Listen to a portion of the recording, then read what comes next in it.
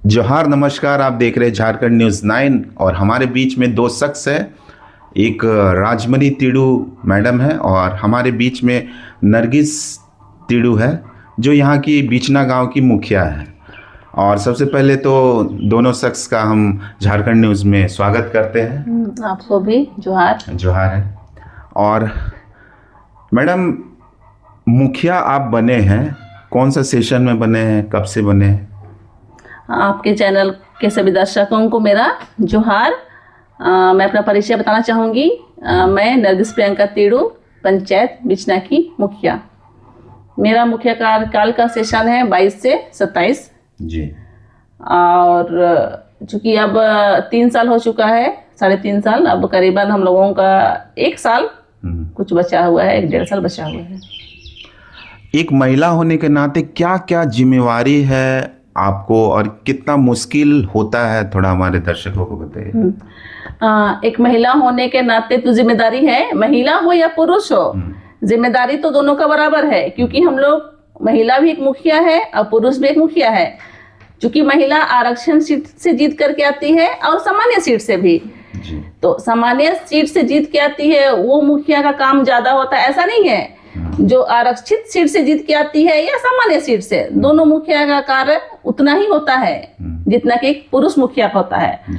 तो समस्याएं होती है, कहीं कहीं कुछ ऐसे चैलेंजेस आते हैं जो हम लोगों को फेस करना पड़ता है। और काम को लेकर देखें तो हम लोगों का अभी वर्तमान में 15वें वित्त चल रहा है। और चूंकि पंचायत में चाहे वो मनरेगा से रिलेटेड काम हो या 15वें वित्त से रिलेटेड काम हो, जो भी है सामाजिक विकास से रिलेटेड काम हो, सारा काम मुखिया के अंडर ही होता है।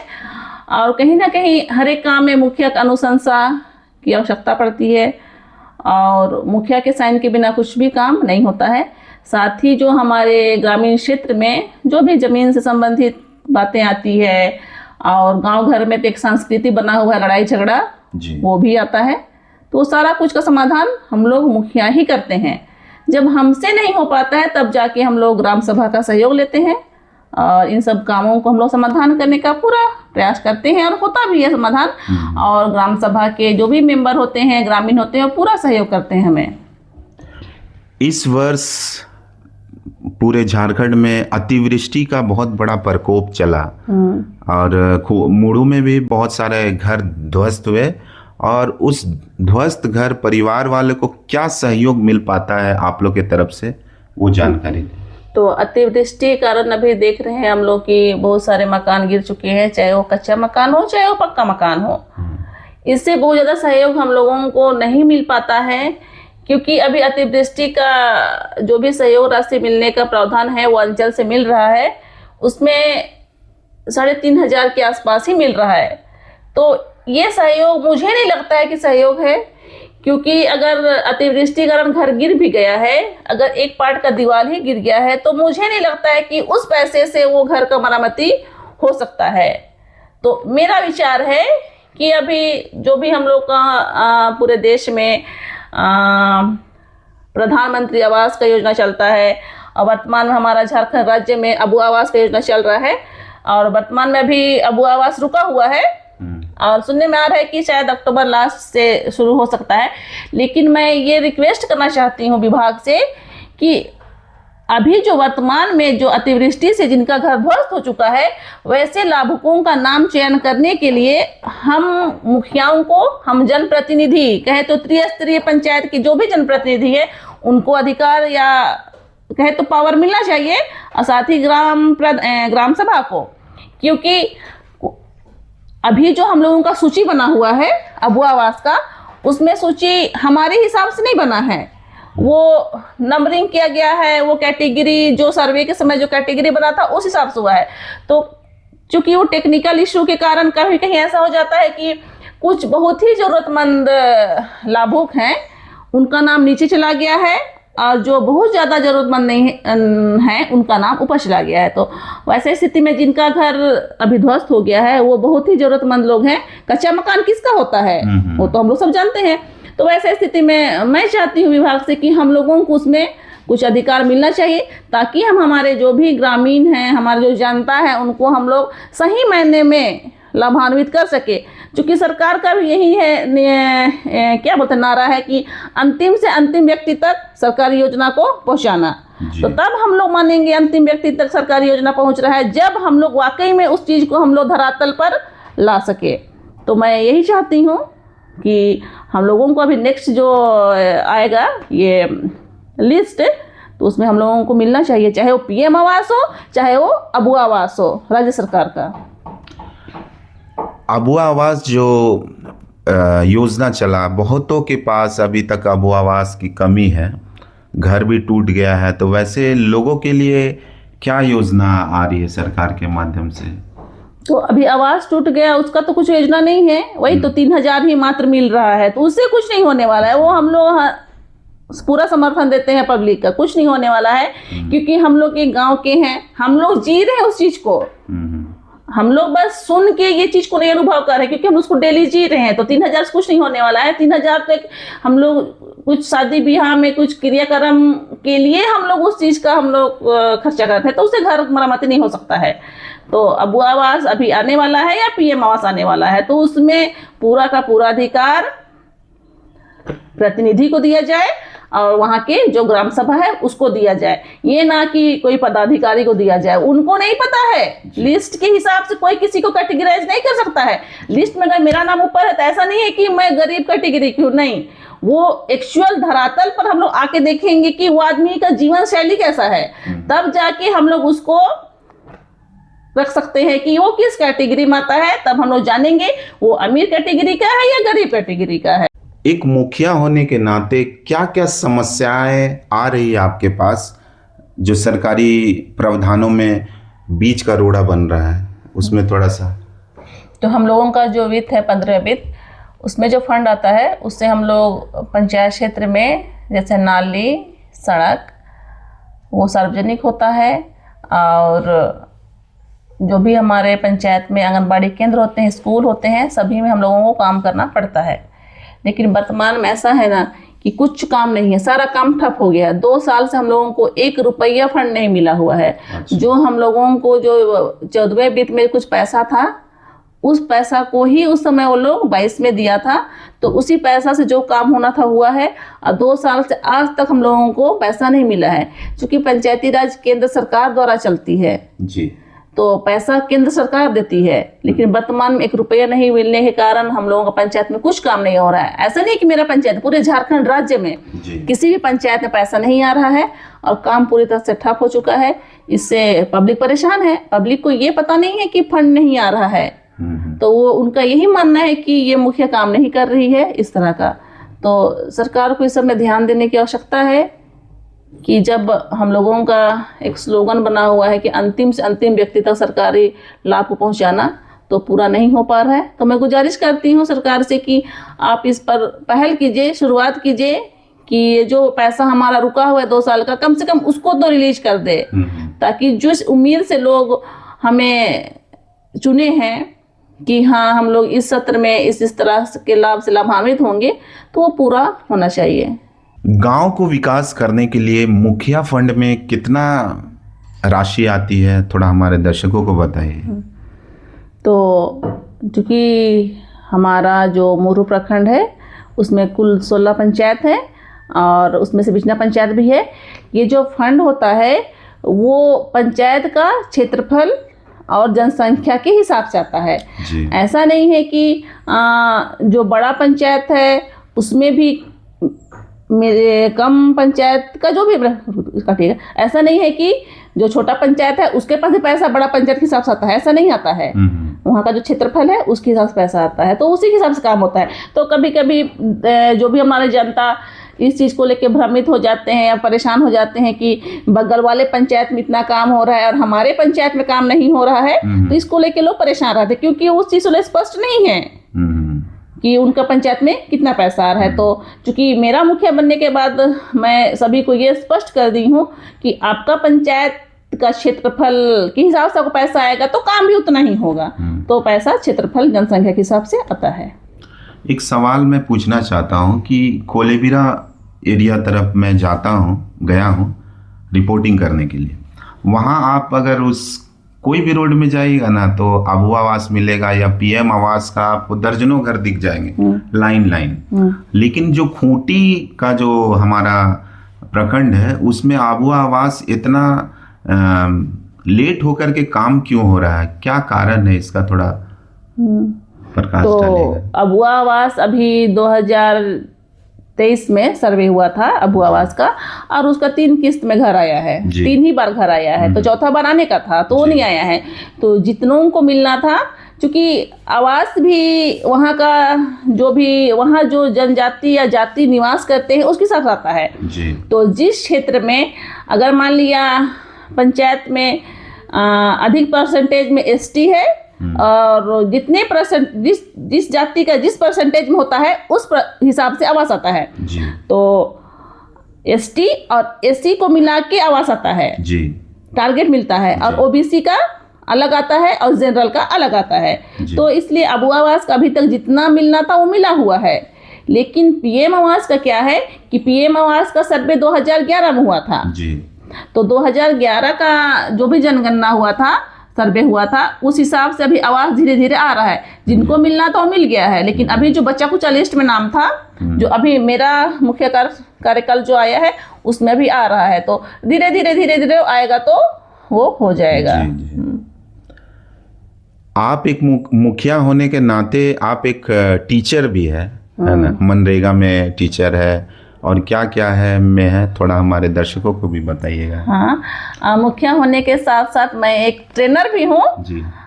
चूँकि पंचायती राज से हम मुखियाओं को हर 6 महीना 3 महीना में ट्रेनिंग दिया जाता है। तो पंचायती राज अपने स्तर से कुछ ऐसे मुखिया हैं जिनका शैक्षणिक स्तर ठीक ठाक है जी।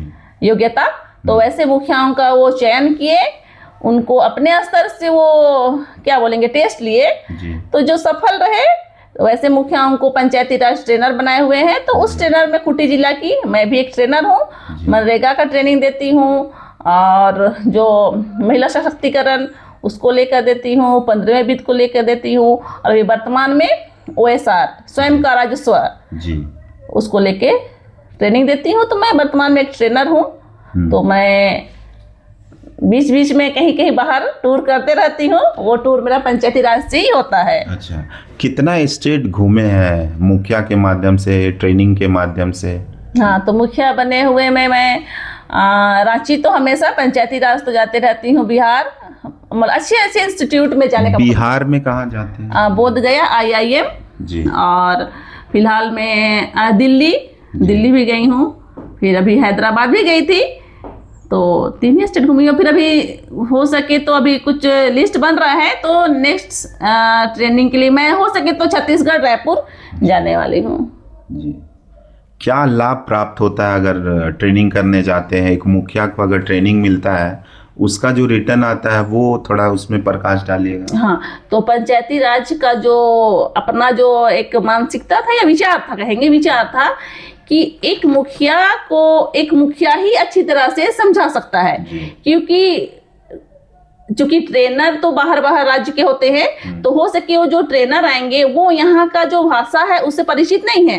तो चूंकि यहाँ का अस्थायी कोई मुखिया होगा वो यहाँ के जो भी परिस्थिति है, यहाँ का जो भाषा शैली है उससे परिचित है। इसलिए पंचायती राज का कहना था कि हम उस क्षेत्र के जो पढ़े लिखे मुखिया होंगे उन्हीं को हम ट्रेनिंग देंगे और उन्हीं को हम मास्टर ट्रेनर बनाएंगे। तो इसलिए हम लोगों को ट्रेनर बनाया गया है, और हम लोगों के साथ बहुत अच्छा से अपने आप को रिलेट कर पाते हैं मुखिया। तो इसलिए इससे हम लोगों को फायदा होता है कि एक मुखिया को ट्रेनिंग देगा तो बहुत अच्छी तरह समझ जाएगा। और हम लोग ऐसा नहीं है कि हम लोग कोई किताबी भाषा या बहुत हाई स्टैंडर्ड भाषा आता है, हम लोगों को नहीं है। हम लोग भी गांव के मुखिया हैं, तो हम लोग नॉर्मल अपना बोलचाल की भाषा में एक दूसरे के साथ समझ बना लेते हैं। इसलिए हम मुखियाओं को ही ट्रेनर बनाया जा रहा है। मुखियाओं को क्या मानदेय मिलता है सरकार की तरफ से, कितना पेमेंट मिलता है? हमारे जो टाउन में रहने वाले जो दर्शक है उनको थोड़ा सा जानकारी दीजिएगा। हम मुखियाओं को किसी प्रकार का कोई मानदेय नहीं है। हाँ, कुछ भत्ता मानदेय मिलता है। शुरुआत में 1000 था और अभी 2500 हुआ है। और ऐसा नहीं है कि 2500 भी हर मंथ का मिलता है, एक बार मिला के हम लोगों को मिल जाता है हार्डली 10,000 6-7 महीना 8 महीना में, और हम लोग को कुछ मानदेय नहीं है। इतना संघर्ष करने के बाद भी मुखियाओं को पेमेंट नहीं मिलता है, यह सोचने वाली बात है। कम से कम सरकार की तरफ से कुछ योजना होना चाहिए कि मुखिया को भी पेमेंट मिल सके, है ना। जैसे हमारे विधायकों को मिलता है, फैसिलिटी मिलता है, उस तरह का मुखिया को भी मिलना चाहिए। और हमारे बीच में बहुत सारा सर्टिफिकेट वगैरह भी है। मैडम, इस सर्टिफिकेट के बारे में थोड़ा सा जानकारी दीजिएगा। ये हमारा ये सर्टिफिकेट है, अभी जो हर घर जल योजना चल रहा है, तो उसी योजना में जो पीएचडी से चलता है, जिला से चलता है, तो उसी योजना को मैं और मेरी जितनी भी जल सहिया है, मेरे पंचायत में 7 जल सहिया, सभी ने मिलकर बहुत अच्छी तरह से काम किया है। और उसी का एक हम लोगों का सक्सेस स्टोरी बना, जो हमारा दिल्ली केंद्र सरकार को भेजा गया और वहाँ से चयन किया गया कि किस मुखिया ने बहुत अच्छी तरह से अपने कार्यों को सही समय सीमा में पूरा किया है।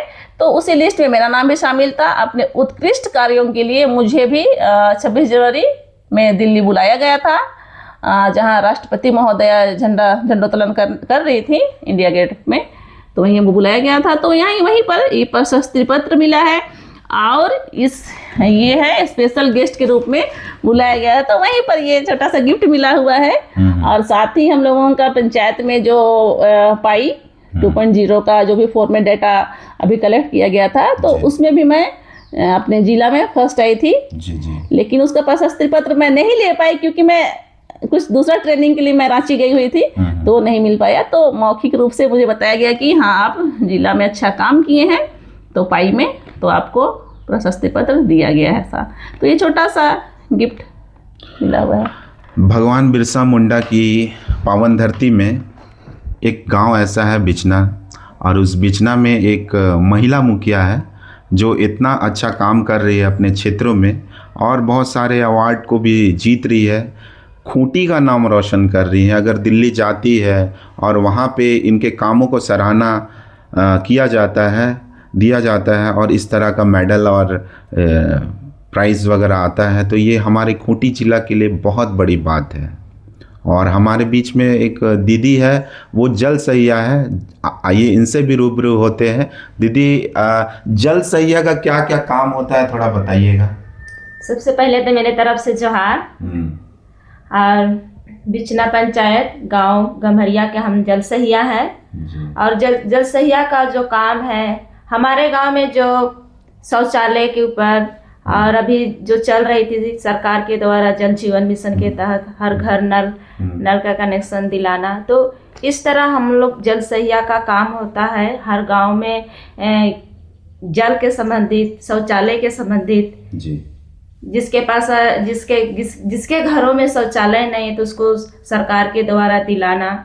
और अभी हर घर में जल का कनेक्शन कराने के लिए हम लोग इनका बहुत सी हम लोग को क्या बोलेंगे, योजना को लाने के लिए हम लोग हमारे ग्राम सभा से चयनित किए। उसके बाद में चयनित करने के बाद हमारे गांव में कितनी कठिनाई होती थी कि हर महिला अपने जीवन को व्यतीत करने के लिए कितना दूर से पानी लाना, बच्चों को स्कूल भेजना समय पर, और इस तरह से कठिनाई मुसीबत होती थी पानी के द्वारा। तो अभी सरकार हम लोगों को पानी दिया, हर घर तक पहुंच गया पानी, अभी मिल रहा है अच्छे तरह से। लेकिन इधर पुल टूटने के कारण अभी हम लोग का गांव के तरफ से ही पूरा उड़ीसा का गाड़ी और रांची का गाड़ी पूरा चलती है। इस वजह से हम लोग का जो नली बना के पाइप लगाया गया था, वो ज़्यादा गड्ढा नहीं था। इस वजह से अभी पाइप पूरा फट गई है और पानी का भी बहुत बहाव हो रहा है। तो इसका भी हम लोग इसका तय किए, हम लोग फ़ोन किए हैं विभाग में, तो इनका हम लोग कुछ उपाय करेंगे। अभी तो बोला गया है पर अभी तक कुछ नहीं हुआ है। पानी का सप्लाई भी नहीं हो पा रहा है और ना वहाँ से कुछ काम हो रहा है, उस विषय में बताइएगा। खाली टंकी लगा करके वेंडर चले गए। देखिए, हमारे पंचायत में तो ऐसा नहीं है। हमारे पंचायत में काम तो हुई है, और जितना भी सप्लाई का पानी जो सरकार द्वारा मिली है वो हमारा पंचायत में पूरा हो गया है और हर घर तक पानी पहुंच रही है। लेकिन बाकी जो पंचायत में बोला जाए तो अभी काम रुका हुआ है। तो ये कहीं ना कहीं हमारे सरकार के द्वारा रुका हुआ है, कहीं पैसा के वजह से अगर रुका हुआ है, वहाँ पर जो सप्लाई पानी नहीं मिल रही है जी। अगर इसमें सरकार अगर उनके ध्यान दे और पैसा पर उन्हें पूरा करे तो ये संभव हो सकता है। एक जल सहिया का क्या क्या रोल होता है, क्या क्या दायित्व होता है, थोड़ा जानकारी दें हमारे दर्शकों को। एक जल सहिया का दायित्व यही है कि हमारे गांव में जैसे कि गांव में किसका घर में शौचालय नहीं है उनको बनवाना, घर तक पानी नहीं पहुंचा है तो उसको पहुंचवाना, और जैसे कि हमारे गांव में पानी का तो सुविधा हो गई तो उनको किस तरह निगरानी करना है। मैंने निगरानी का मतलब हमारे गांव में 12 सदस्यों का चयनित कराना, प्लस उसका चयनित करा के हर घर पैसा का कनेक्शन करवाना। जैसे कि अगर जो सप्लाई पानी हमारे पंचायत या गांव लेवल में मिला है तो वो खराब हो जाए तो उसको कैसे निगरानी करना है, उसको कैसे मरम्मती करना है। तो इनका भी सरकार द्वारा 5 साल इसका योजना को अगर खराबी होती है तो बनाएंगे और उसके बाद से तो फिर खुद से गाँव वाला लोग को ही करना है। तो इस योजना को चलाने के लिए, आगे तक ले जाने के लिए हम हमारे गांव में हर घर से महीना 60 रुपया का राशि लिया जाने को कहा गया है और हम लोग इस मीटिंग पर भी तय किए हैं और इसका मांग भी हो रही है। एक जलसहिया का मानदेय क्या होता है, पेमेंट क्या होता है, हमारे जो टाउन में रहने वाले जो दर्शक हैं उनको बताइए। देखिए, पहले हमारा जलसहिया का होना मैंने हम 2011 या 10 से हम जलसहिया का ये गांव में हम खड़ा हुए हैं। उस समय तो हम लोग को नहीं मिलता था, कुछ भी मानदेय नहीं मिलता था और धीरे धीरे हम लोग भी चाहने लगे कि जलसहिया को कुछ मानदेय होना चाहिए। फिर हम लोग अपना प्रखंड लेवल में जलसहिया से हम लोग बातें किए। जब हम लोग का गांव में हम लोग कुछ करते हैं तो हम भी चाहते हैं कि हमारा आय कुछ मिले, हम भी किसी के लिए हम समय दे रहे हैं तो हमारे लिए भी तो होना चाहिए। मेरे बच्चों को छोड़ते हैं, मेरा घर चलाने को लिए कुछ होना चाहिए। इसलिए हम लोग प्रखंड में हम जलसहिया मीटिंग किए और ये बात को रखे और हम लोग कितना रैली भी निकाले इस मानदेय के लिए। और पहले तो 1000 मिलता था, लेकिन अब और दोबारा रैली करने के बाद अभी 2000 का मानदेय का बात किया गया है और मिलता है। ध्यान दें दर्शकों, इतना काम करने के बाद भी हमारे जो ग्रामीण स्तर में जो जलसहिया है, जो हर घर में नलों का तैयारी करती है, हर घर में नल लगता है, इन्हीं के माध्यम से लगता है, टंकी लगता है और वहाँ से पैसा भी कलेक्ट करना पड़ता है 60 रुपया। और इनका मानदेय मंथली मात्र पहले 1000 हुआ करता था और आंदोलन करने के बाद अभी 2000 हो रहा है। बहुत चिंतनीय वाली बात है। ये गांव को सुधारने के लिए जो प्रतिनिधि इस तरह का अगर रहेंगे तो इनके लिए भी समस्या होगा और सरकार भी कैसे भी उम्मीद कर सकते हैं कि ये इनके लिए प्रोत्साहन राशि उम्मीद करते हैं कि ज़्यादा मिले। और दीदी एक चीज़ सवाल है कि आप दिल्ली भी शायद गए हैं ना, उसका एक्सपीरियंस बताइएगा। हाँ, हमने दिल्ली भी गए थे और हमारा एक्सपीरियंस यही रहा कि हम अपना गांव लेवल में, पंचायत लेवल में श्रमदान किए। जैसे बाज़ार में, हमारा पंचायत में बाज़ार लगती है तो उसको हम लोग कचरों का निपटान खुद से श्रमदान, अपना ही बांस काट के महिलाओं उसमें समय देना और उसको हम लोग फिर विभाग में भेजे कि ये जलसहिया दीदी बहुत अच्छा काम कर रही है। तो यही एक्टिविटी देख के हमारा गांव लेवल में, हमारा पंचायत लेवल में देखते हुए हमारा एक्टिविटी को देख के हमें दिल्ली भी भेजा गया। ये बहुत बड़ी उपलब्धि है कि खूंटी से एक जलसहिया भी दिल्ली जाती है और हमारी जो मुखिया मैडम है वो भी दिल्ली जाती है। तो ये खूंटी के लिए गर्व की बात है कि महिला होने के बाद भी ये लोग दिल्ली तक अचीव करते हैं। और मुखिया मैडम, आपसे एक तो सवाल करना चाहते हैं कि अभी बहुत सारे लोगों का जो महिला है उसको मैया सम्मान योजना प्राप्त हो रहा है और बहुत कोई का अटक गया है पैसा, या वो नया रिक्रूटमेंट नहीं हो पा रहा है, उस विषय में थोड़ा बताइएगा। ये मैया सम्मान योजना का जो फॉर्म आया था उसको वेरीफाई करने का काम जन सेवक VLW को था और साथ ही सेविका को था। उसमें हमारा कुछ रोल नहीं था, लेकिन निगरानी करने का रोल था जी। तो उसमें कुछों का नाम हट रहा है क्योंकि उसमें वेरीफाई हो रहा है जी। तो अगर उसमें किसी भी तरह का गड़बड़ी है तो नाम हट ही जाएगा। अच्छा। अगर उसमें आधार कार्ड को मैच कर रहा है, राशन कार्ड को मैच कर रहा है, अगर दोनों में अगर सरनेम भी अगर गलत है ना, अलग अलग है, तो भी नाम कट रहा है जी। और इसमें ऐसे लोगों को मैया सम्मान योजना मिलना है जिनके पति सरकारी नौकरी पर नहीं है या पिता भी सरकारी जो भी नौकरी पर नहीं है या सरकारी वेतन या सरकारी पेंशन नहीं ले रहे हैं। तो यहाँ पर ऐसा हो रहा है कि जिनके पति सरकारी नौकरी में है वैसी महिलाएं भी भर दी है और जिनके पिताजी सरकारी नौकरी से रिटायर हो गए हैं वैसे लोग भी भर दे रहे हैं जी। तो इस स्थिति में कहीं ना कहीं किसी का नाम कटेगा ही और कुछ ना कुछ त्रुटि होने के कारण मैया सम्मान योजना कट रहा है और बाकी भर रहा है लोग अभी भी। लेकिन है कि जब हम लोग के द्वारा फॉर्म पहुंचाया जाता है तो वहाँ जो भी उनका साइड है वो स्लो होता है, इसलिए थोड़ा काम धीमा हो जाता है। और साथ ही प्रखंड में कर्मचारी की कमी जी। एक ही ऑपरेटर को बहुत सारा काम दिया जाएगा तो वो कितना करेगा वो मैया सम्मान योजना का भी ऑनलाइन करेगा, वो पेंशन वृद्धा पेंशन का भी ऑनलाइन करेगा, विधवा पेंशन का भी ऑनलाइन करेगा, तो फिर कैसे होगा। तो समय पर इसलिए कुछ काम नहीं हो पाता है कर्मचारी की कमी होने के कारण। कुछ महिलाएं हैं जो पहले जो मैया सम्मान योजना भरी थी वो लोग लाभ नहीं उठा पा रहे हैं। यदि कुछ महिला बची हुई है जो महिला मैया सम्मान योजना लेना चाहती है तो उसका क्या प्रक्रिया है, थोड़ा बताइए। हाँ, जो मैया सम्मान योजना लेना चाहती है उसका प्रक्रिया है, लोग फॉर्म भरे, आवेदन करना पड़ेगा।